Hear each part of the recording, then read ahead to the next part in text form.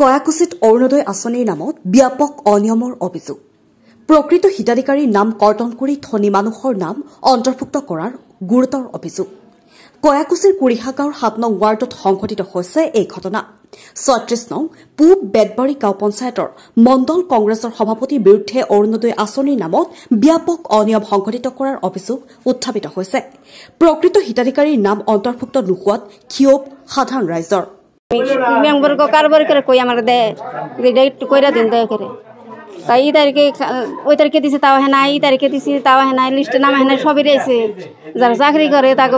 5টা করে আইছে পরিয়াল জীবন শুদ্ধ আইছে আমার হয় নাই তাহলে আমি কি আমার কি স্বামী আছে যে আমি আজকে করব করে আমি তার কাছে দুইটা কয়েকটা টেহা যাম আমি কার কাছে টেহা যাম দেখা পাইছো সেইকাৰণে আজি ইয়াত উপস্থিত হৈছো অৰুণোদয় আঁচনি লৈ যি বিসংগতি চলিছে আমি দেখা পাইছিলোঁ 2018 চনত আমাৰ সন্মানীয় বিধায়ক তেখেতে গাঁও পঞ্চায়তৰ মেল মিটিঙত কৈছিল যে আমি এখন দুৰ্নীতি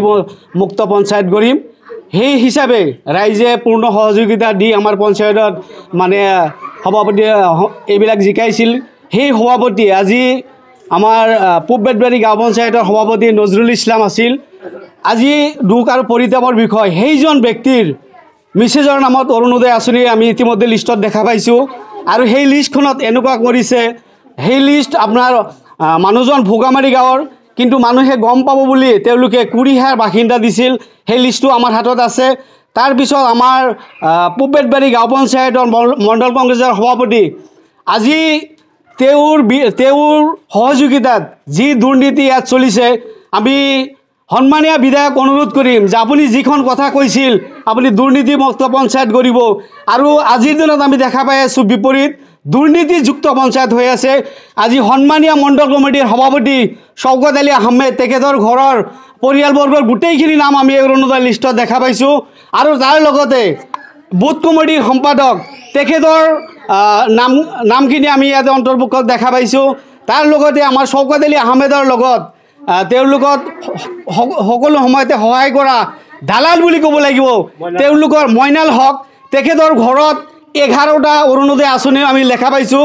প্ৰতিটো মানুহৰ নামত অৰুণোদয় আঁচনি মইনাল হকৰ নামত আঁচনি তেওঁৰ মিছেছৰ নামত আঁচনি তেওঁৰ মাকৰ নামত আঁচনি তেওঁৰ বোৱাৰীৰ নামত আঁচনি তেওঁৰ ভতিজাৰ নামত আঁচনি